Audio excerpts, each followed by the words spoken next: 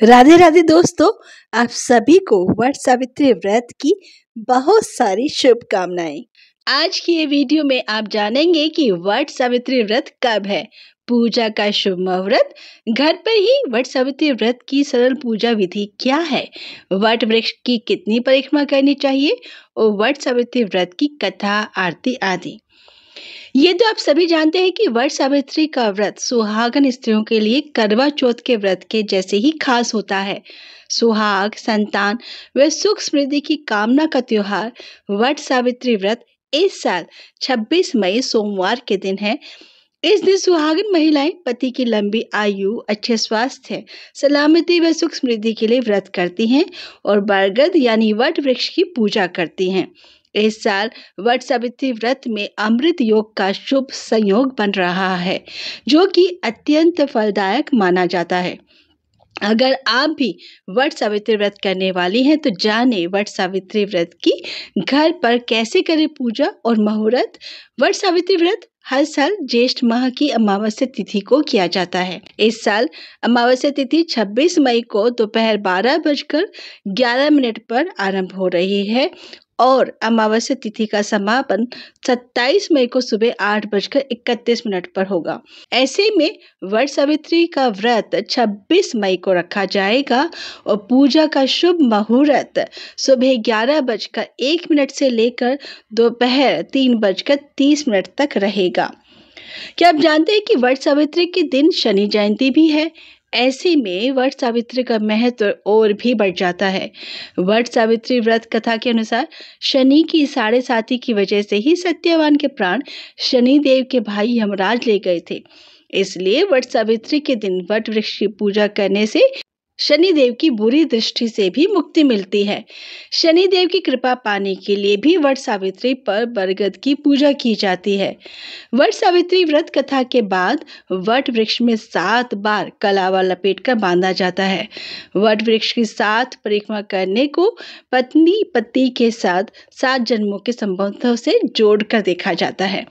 पौराणिक मान्यता है कि बरगद के पेड़ में कलावा बांधने से अकाल मृत्यु भी टल जाती है। अब जानते हैं कि घर पर ही आप कैसे सरल विधि से वट सावित्री व्रत की पूजा कर सकती हैं। आजकल शहरों में बरगद का पेड़ मिलना मुश्किल हो गया है। ऐसे में आप घर पर ही बहुत सरल विधि से वट सावित्री की पूजा कर सकती हैं।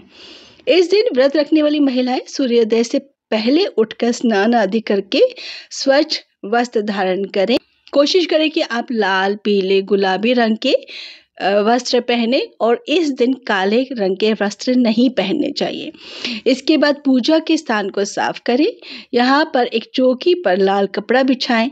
अगर संभव हो तो वट वृक्ष की एक छोटी टहनी मंगवा लें। अगर पेड़ की टहनी या डाली लाना संभव नहीं हो तो बरगद के पेड़ का चित्र या प्रतिमा भी प्रयोग कर सकते हैं और आप तुलसी भी रख सकती हैं। अब देवी सावित्री और सत्यवान की प्रतिमा को रखें। अब मूर्तियों या तस्वीरों पर रोली, चंदन, अक्षत, मौसमी फल जो भी हैं, फूल व मिठाई आदि अर्पित करें। धूप और दीपक जलाएं। अब वट की टहनी के चारों ओर कच्चा सूत लपेटें। अगर तस्वीर है तो उसके चारों ओर कच्चा सूत लपेटें। इसके बाद 7 बार परिक्रमा करें। अब वट सावित्री व्रत कथा का पाठ करें या श्रवण करें और अंत में आरती उतारें। घर के बड़े बुजुर्गों का आशीर्वाद लें और प्रसाद को सभी में बांट दें। पूरे दिन व्रत करने के बाद शाम को व्रत का पारण करें। कुछ जगहों पर महिलाएं वट सावित्री व्रत में फल व अन्न का सेवन करती हैं, जबकि कुछ जगह पे अन्न भी खा लेते हैं। जो लोग बरगद के पेड़ की पूजा कर सकते हैं वो अपनी पूजा सामग्री के साथ वट वृक्ष के नीचे पूजा करें। इसके लिए वट वृक्ष के नीचे मिट्टी की बनी सावित्री और सत्यवान तथा भैंसे पर सवार यम की प्रतिमा स्थापित कर पूजा करनी चाहिए तथा बड़ की जड़ में पानी देना चाहिए। पूजा के लिए जल, मूली, रोली, कच्चा सूत, भिगोया हुआ चना, फूल तथा धूप होनी चाहिए। जल से वट वृक्ष को सींचकर तने के चारों ओर कच्चा धागा लपेटकर 3 बार परिक्रमा करें या 7 बार परिक्रमा करें। इसके पश्चात सत्यवान सावित्री की कथा सुननी चाहिए। उसके बाद में भीगे हुए चनों को बायना निकालकर उस पर यथाशक्ति रुपए रखकर अपनी सास को दे देनी चाहिए और उनके चरण स्पर्श करने चाहिए। अगर आपके घर में कोई बड़े बुजुर्ग नहीं है तो जहाँ पर आप पूजा कर रहे हैं यानी कि मंदिर में या वट वृक्ष के नीचे जो भी आपको बुजुर्ग महिलाएं मिलती हैं उनके चरण स्पर्श करके उनसे आशीर्वाद जरूर लेना चाहिए। आइए अब सुनते हैं वट सावित्री व्रत की कहानी। मृत देश के राजा अश्वपति ने पत्नी सहित संतान के लिए सावित्री देवी का विधि पूर्वक व्रत तथा पूजन करके पुत्री होने का वर प्राप्त किया। सर्वगुण संपन्न देवी सावित्री ने पुत्री के रूप में अश्वपति के घर कन्या के रूप में जन्म लिया। कन्या के युवा होने पर अश्वपति ने अपने मंत्री के साथ सावित्री को अपना पति चुनने के लिए भेज दिया। सावित्री अपने मन के अनुकूल वर का चयन कर जब लौटी तो उसी दिन देवर्षि नारद उनके यहाँ पधारे। नारद जी के पूछने पर सावित्री ने कहा, महाराज, ध्रुमसेन के पुत्र सत्यवान की कीर्ति सुनकर उन्हें मैंने अपने पति के रूप में वरण कर लिया है। नारद जी ने सत्यवान तथा सावित्री के ग्रहों की गणना कर अश्वपति को बधाई दी तथा सत्यवान के गुणों की भूरी भूरी प्रशंसा की और बताया कि सावित्री की 12 वर्ष की आयु होने पर सत्यवान की मृत्यु हो जाएगी। नारद जी की बात सुनकर राजा अश्वपति का चेहरा मुरझा गया। उन्होंने सावित्री से किसी अन्य को अपना पति चुनने की सलाह दी, परंतु सावित्री ने उत्तर दिया कि आर्य कन्या होने के नाते जब मैं सत्यवान का वरण कर चुकी हूँ तो अब वे चाहे अल्पायु हो या दीर्घायु, मैं किसी अन्य को अपने हृदय में स्थान नहीं दे सकती। सावित्री ने नारद जी से सत्यवान की मृत्यु का समय ज्ञात कर लिया। दोनों का विवाह हो गया। सावित्री अपने ससुर परिवार के साथ जंगल में रहने लगी। नारद जी द्वारा बताए हुए दिन से 3 दिन पूर्व से ही सावित्री ने उपवास शुरू कर दिया।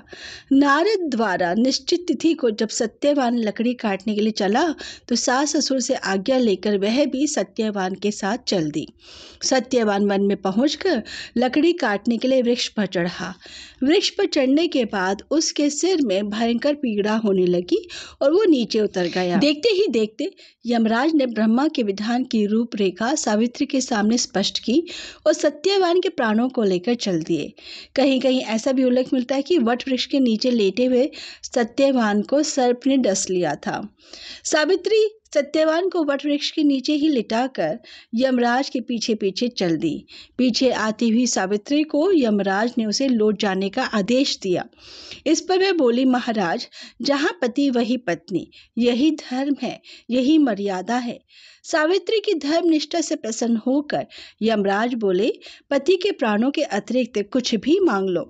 सावित्री ने यमराज से सास ससुर की आंखों की ज्योति और दीर्घायु मांगी। यमराज तथास्तु कहकर आगे बढ़ गए।